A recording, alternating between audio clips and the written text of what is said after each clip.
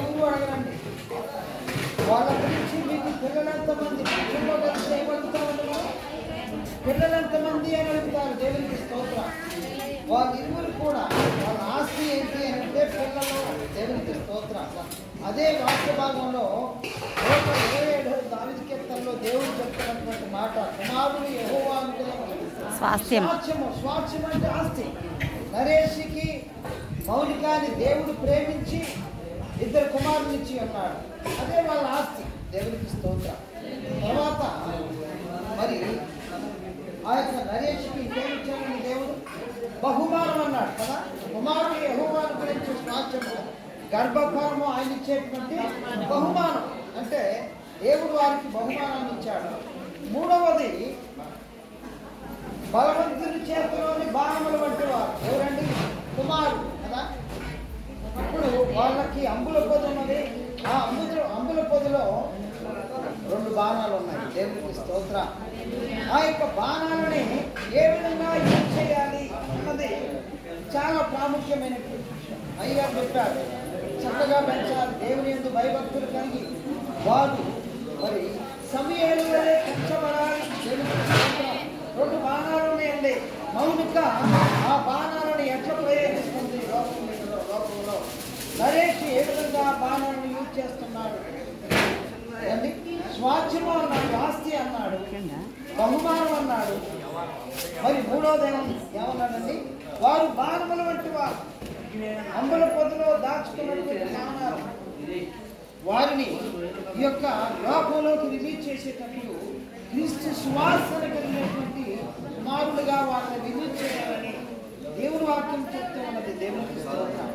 పిల్లల గురించి ఇంకేమంటాడో తెలుసండి? ఒలివ మొక్కలు అంటారు.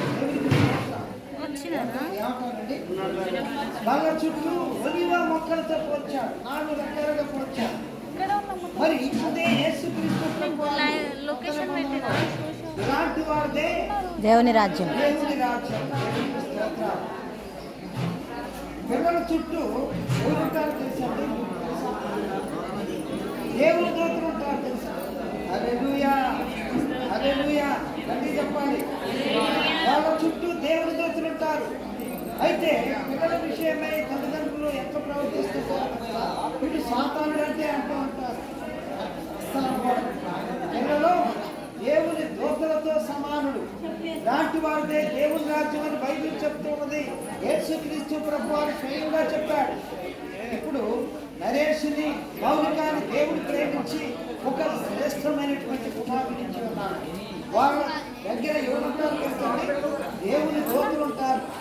కాబట్టి మరి ఆ యొక్క స్వాస్థ్యమును దేవుడిచ్చినటువంటి ఆస్తిని వారు మరి సక్రమంగా ప్రభువుకి ఉపయోగపడేటువంటి స్వాస్థ్యాలుగా, ప్రభువుకి ఇష్టమైనటువంటి ఈ లోకములో ఉన్నటువంటి వారు కూడా నా పిల్లలు మంచిగా కోరుకుంటున్నారు. మరి మనమెవరు అండి? దేవుని స్తోత్రం. మన పిల్లలు ఎట్లా ఉండాలి? ఈ ప్రపంచానికి వెలుగుగా ఉండాలి.